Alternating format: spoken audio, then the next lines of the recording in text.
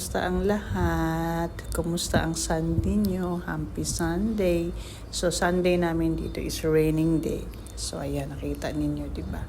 Pero yan ay saglit lang. Ang oras dito ngayon ay 8:30. Umulan siya ng saglit lang. Pero tamang-tamang nakakabasa na siya ng lupa. Yun, di ba?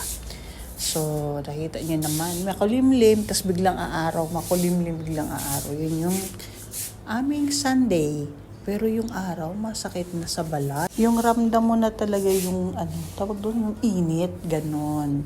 So, yan, maya konti, biglang aaraw, bigla na naman siyang didilim, tapos biglang papatak yung ulan, nagdudumi lang siya ng sasakyan, promise.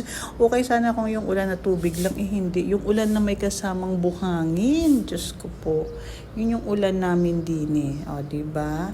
So, kumusta ang lahat? So, nakita niyo yung aming paligid, ang daming truck, kasi nga, holiday. So, for this na walang work ang mga tao dito. Kaya, ayan, naging parkingan siya ng mga malalaking truck. So, sa mga nakakaalam, dito kami ngayon sa nakatira, malapit sa industrial. So, sa gitna ng disyerto. Kasi pag sinabing industrial, nasa gitna siya ng disyerto. So, mga nakatira, mga accommodation. Pero kami, nasa residential kami nakatira. So, pagpasok mo ng industrial, first kasi residential, kumbaga yung mga family, ganon. Then sa pinaka-end na, mismong disyerto na talaga yun na, makikita mo doon yung ano na talaga. Ang hirap mag-voice over, Diyos ko po, paputol-putol kasi nga, nawawala yung aking tawag din, yung aking voice. So, yun na nga, ang hirap ng ganaring sitwasyon.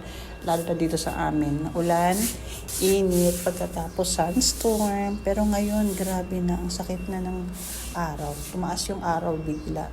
Ito ay sinyalis na ng tag-init dito sa Dubai. O, di ba?